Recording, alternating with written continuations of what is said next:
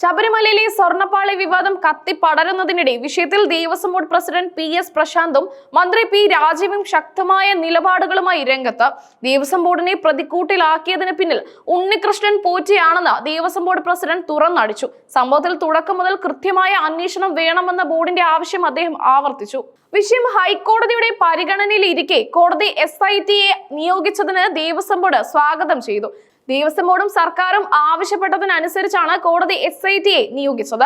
കോടതിയുടെ ഈ തീരുമാനത്തെ സ്വാഗതം ചെയ്യുന്നു. കോടതിയുടെ നിരീക്ഷണങ്ങൾ ഗൗരവമായി ചർച്ച ചെയ്യപ്പെടേണ്ട കാര്യങ്ങളാണ്, PS പ്രശാന്ത് മാധ്യമങ്ങളോട് പറഞ്ഞു. ബോർഡിനെ പ്രതിക്കൂട്ടിലാക്കിയ സംഭവത്തിൽ ഉണ്ണികൃഷ്ണൻ പോറ്റിക്കെതിരെ പ്രസിഡന്റ് രൂക്ഷ വിമർശനമാണ് ഉന്നയിച്ചത്. സ്പോൺസർഷിപ്പിന്റെ മറവിൽ നടന്ന ദുരൂഹതകളാണ് വിവാദത്തിന് കാരണം. ഇനി മുതൽ ശബരിമലയിലേക്ക് എത്തുന്ന സ്പോൺസർമാരുടെ കാര്യത്തിൽ കൂടുതൽ കൃത്യമായ പരിശോധന നടത്തുമെന്നും അദ്ദേഹം ഉറപ്പു നൽകി.